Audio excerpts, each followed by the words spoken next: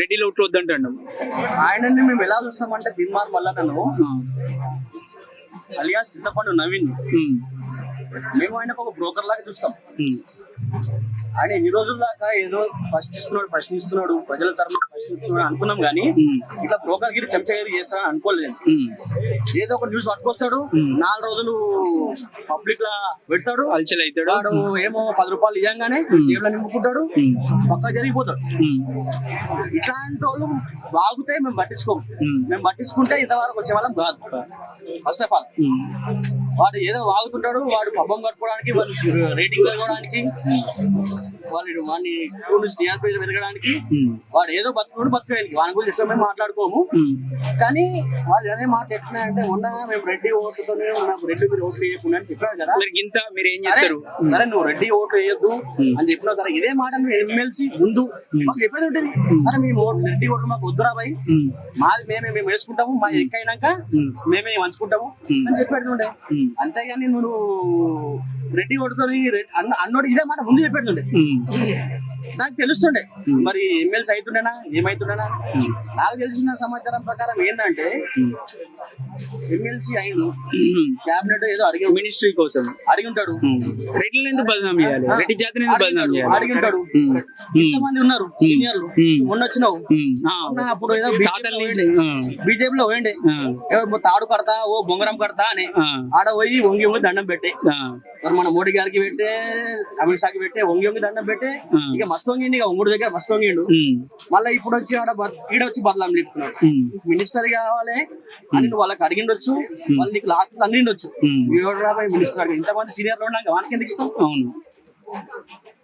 అంటే ఇప్పుడు రెడ్డి జాతిని డివైడ్ చేస్తుంది. జల్లి జాతి అంటే ఏళ్ళ నుంచి అందరితో కలిసి ఉండేది, వాళ్ళకి హెల్ప్ చేసుడు, బీసీలు కావచ్చు, ఎస్సీసీలు కావచ్చు, వాళ్ళకి ఏ ఆపద వస్తే రెడ్డి దగ్గర పోతే నా ప్రాబ్లం సాల్వ్ అవుతుంది అనుకుంటారు. ఇప్పుడు వాళ్ళను రెడ్డి నుంచి దూరం చేసే ప్రయత్నం చేస్తారు.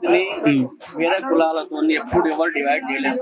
మేము పొద్దున్న లేసు నుంచి సాయంత్రం వరకు అన్ని కులాల వాళ్ళు, మతాల వాళ్ళు, మైనారిటీ సోదరులు, ఎస్టీ సోదరులు అందరం కలిసిమెలిసి ఉంటాం. ఎవరు కూడా మాకు వ్యతిరేకం కాదు. ఇలాంటి చీడ పురుగులు ఏదో చిన్న చోట న్యూస్ ఛానల్ పెట్టుకొని పబ్లిక్ ని వాళ్ళు డివైడ్ చేస్తారు, కానీ పబ్లిక్ మాత్రం డివైడ్ అవుతలేరు. ఎట్లా కూడా వచ్చాను ఇలాంటి ఇట్లా సమాజాన్ని విడదీయాలని చూసేటోళ్ళని ఎలా బుద్ధి చెప్పాలి? ప్రజలే బుద్ధి చెప్తారు ఫ్యూచర్ లో. ఇప్పుడు మొన్న ఎమ్మెల్సీ గెలిచింది కదా, ఫ్యూచర్ లో టైం ఉంది కదా, ఇంకా ప్రజలు పక్క బుద్ధి చెప్తారు. దీనిమార్ మళ్ళీ చింతపాటు చేస్తారు, చింతపాటు చేసినాక అప్పుడు అర్థమవుతుంది ప్రజలు అంటే ఏంటి, ప్రజలతో ఆయనతో ప్రజలతో ఆయన ఆడుకుంటున్నాడు. ఫస్ట్ ఆఫ్ ఆల్ ఏంటంటే ఆయన బాగా ఆడుకుంటున్నాడు. స్వార్థం కోసం ఏంటంటే మనం వాడు ఏదో వాడు వీడని తిట్టాలకు మనం వ్యూస్ ఇస్తున్నాం, డైలీ మిలియన్ వ్యూస్ ఇస్తున్నాం, వాడు నెలకు 30 లక్షలు ఆ వ్యూస్ వాళ్ళు వస్తున్నాయి, వాడు అంతగా సంతోషపడుతున్నాడు. ఇక వాడికి మొన్న కేసీఆర్ తిట్టాడు, ఇప్పుడు రేవంత్ రెడ్డి మీద పడ్డాడు, రేపు బీసీ అంటాడు కదా. బీసీ మేము కూడా ఓకే, బీసీ ముఖ్యమంత్రి కూడా ఓకే. ప్రజలతోని రెడ్డి వచ్చి రెడ్డిలో ఓట్లేస్తే రెడ్డిలు ముఖ్యమంత్రి కాదు, అన్ని కులాల వాళ్ళు ఇస్తేనే ముఖ్యమంత్రి ఎమ్మెల్యేనో ఎంపీ ఏదో అవుతారు. ఒక కులమో మొత్తం వేస్తే కాదు కదా. ఇంకోటన్నా ఇక్కడ అతను ఎమ్మెల్సీ అయ్యిండు, వాళ్ళ భార్యలో ఇంకా గవర్నమెంట్ జాబ్, మరి బీసీ రిజర్వేషన్ వదులుకుంటే ఏమైతుంది అన్న ఇంకా పేదోనికి లాభం జరుగుతాయి కదా. అరే తీర్మానం వల్ల బీసీ అని ఎవరు చెప్తున్నారయ్యా? 1970 వరకు వాళ్ళు బీసీ క్యాస్ట్ లేదు కదా, ముందు అయితే వాళ్ళు ఓసీ క్యాస్ట్ ఉన్నారు కదా. బీసీ క్యాస్ట్ రాజ్యాంగం అంబేద్కర్ గారు రాసిన రాజ్యాంగం ప్రకారం అయితే వాళ్ళు బీసీలు కాదు. చెప్పడం ఏంటంటే 1970 తర్వాత కదా వాళ్ళు బీసీ నుంచి ఓసీ నుంచి బీసీలకు కన్వర్ట్ అయింది. మరి బీసీలో నిదానం ఎందుకు ఎత్తుకుంటున్నారు? బీసీలు పొట్ట నింపుకోవడానికి బతకాలి కదా. ఆయన బతకాలంటే ఏదో ఒకటి ముందుకు ఉండాలి. కేసీఆర్ ఏదో అయిపోయింది, కేసీఆర్ శకం అయిపోయింది, ఇంకోటి కావాలి, ఇంకోటి డ్రామా ఎత్తుకోవాలి. అంటే ఆయన ఏంటంటే డ్రామాలు ఎత్తుకుంటా మాట్లాడుకుంటా ఇదే చేసుకోవాలి. ఇప్పుడు 10% రిజర్వేషన్లు ఎత్తుకోబోతుర్రు, మా బీసీల పుట్టగొడుతుర్రు ఈ రెడ్లు అని చెప్పేసి మాట్లాడుతున్నారు.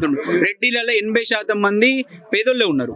ఆ పేదోళ్ళకి అన్యాయం జరుగుతుంటే ఇప్పుడు ఒక్కసారి పబ్లిక్ వాయిస్ లో వచ్చి ఎంక్వైరీ చేసుకోవాలి. రెడ్డిలకి ఎన్ని ఎకరాల భూమి, రెడ్డిలు ఎంత శాతం ఉన్నారు, అంత శాతంలో ఎంతమంది గొప్పలు ఉన్నారు, ఎంతమంది బీదోళ్ళు ఉన్నారు, ఇలా ఇంతమంది అంశకం ఎంతో వేల మంది వచ్చింటారు. ఇంట్లో 90% మొత్తం బీదవాళ్ళే. అవును.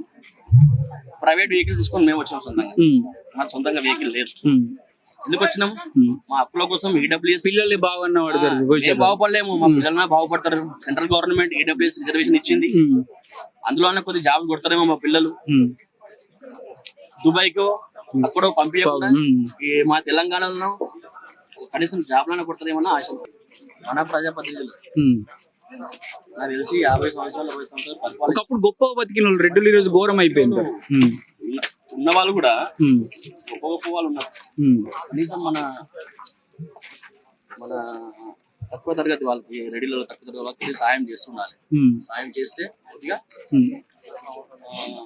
బిజినెస్ లోనో ఉమ్. ఆర్థిక పరంగానో ఉమ్. వాళ్ళకి కొద్దిగా సహాయపడుతుంటే